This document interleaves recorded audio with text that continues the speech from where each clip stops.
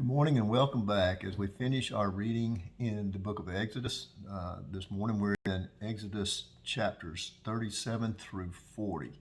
And we'll end up in Leviticus chapters 1 through 4, but we're right now at a point where the tabernacle is now being built in these chapters 37, 38, and 39 and erected in chapter 40. So we have the tabernacle built, we have the articles are being built and finally inspected by Moses, and then in chapter 40 the tabernacle is erected and all of the articles put in their place. Now for that, I think it is more important to talk about what the tabernacle represents rather than the physical pieces of it.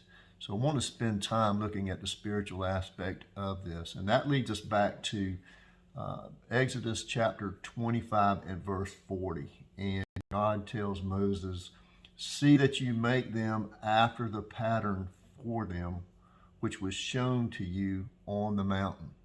So what is that pattern?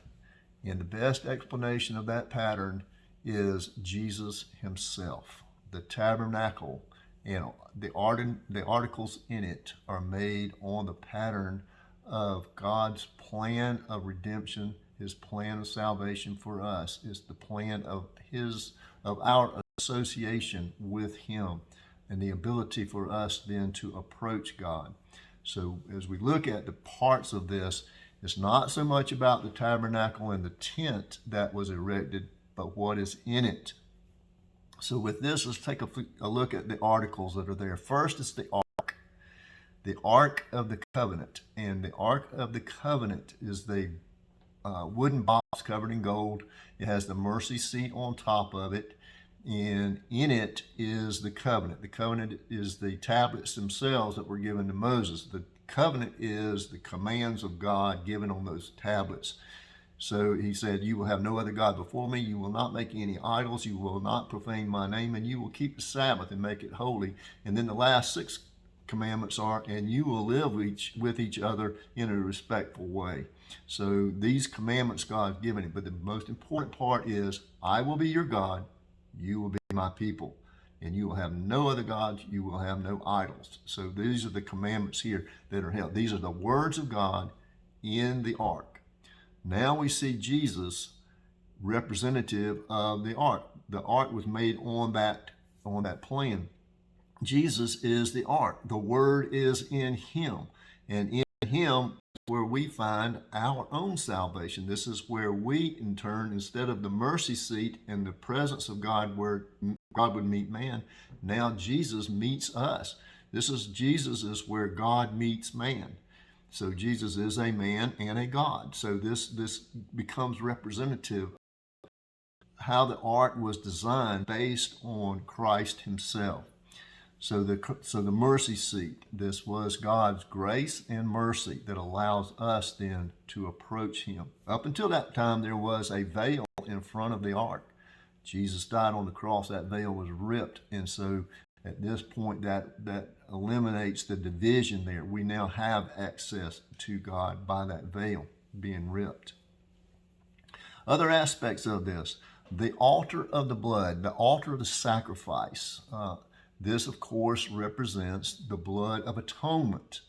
Now, up to this point, and throughout this, up until Christ, now these animals will be slaughtered, and the blood still as atonement for sin or guilt and for different other reasons. Eventually, it will be Christ's blood on the cross, that altar. And that will finish and do away with the sacrificial system, because he will have made the final sacrifice. And again, I will send you back to the book of Hebrews for the explanation of all this. So Hebrews does an excellent job of bringing the Old Testament into the New Testament and explaining the sacrificial system and the replacement of it, the Old Covenant, the New Covenant. So that is so, I can't say that enough for you to go and read the book of Hebrews. So the table is where the showbread was, or the bread of the presence. Jesus in John chapter 6, verse 48, "I am the bread This is representative of it. On that table was the showbread that was one loaf for each of the 12 tribes of Israel. And so that was his way of saying, I will feed you. You know, they had manna all of the time that they would be in the desert. So God was always providing bread, but Jesus is the bread of life. And this is where the table then is representative of his body himself, the altar representative of the blood itself. This is where what? We get the ordinance of the Lord's Supper. Take, eat, this is my body, which has been broken for you. So to that end, we have that. He also gives the cup to drink. This is the blood of my covenant. So these things are representative of Christ, but it's in the early stages. It's in the age of the law and not the age of grace. And then there is the lamp that is in the holy place. John 1, verses 4 through 5. In him was the life, and the life was the light of men. So we have then Jesus is the light. Even back in Genesis, right at the very beginning of creation, and God said, and let there be light. Only in the third day was the moon made. It was the sun and the moon identified. So where did that light come from? So the initial light was probably from Christ himself.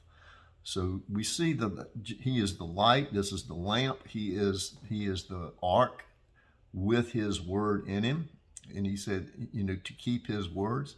And he said too, by the way, as far as that goes, he said, if you ask anything in my name, I will do it. So to that end, we have then the access through him from prayer. This goes to the altar of incense, because our altar of incense was, if you go back again, like I said last time, you go back to Revelation chapter 8, verses 3 and 4, the angel had the incense, and that's where prayers were going up with the incense. Just go back and read that real quick, and you'll see that Jesus now says, I will take care of your prayers. Ask anything in my name, and I will do it, he said. So all these articles that are in the tabernacle, what is important, and this is the pattern that the tabernacle and its articles were made on, and that being Jesus himself. So as you read through this, make sure that you understand what you're reading and why God directed it to be built this way. Make sure that you build this according to the pattern that was shown you on the mountain. So that gives us that look at it rather than going through the physical building of it, but what the spiritual meaning of it all is. And that makes a whole lot more sense if you look at it in that direction. Finally, we look at Leviticus chapters 1 through 4. Now, in these 4 chapters, we get the sacrificial system that started. It's going to be the worship system in the requirements that God has. We have the burnt offering in chapter 1. In chapter 2, we have the grain offering. In chapter 3, the peace offering. And in chapter 4, the sin offering. All of these are going to be different offerings for different reasons, with different animals, different procedures for them. And that will all be discussed as we leave the book of Exodus, now going into Leviticus, and how this sacrificial system will work.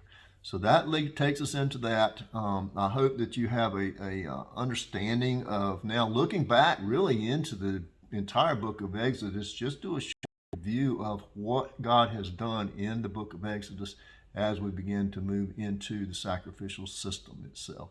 So may God bless the reading of his word, and I'll see you on the next episode. Thank you.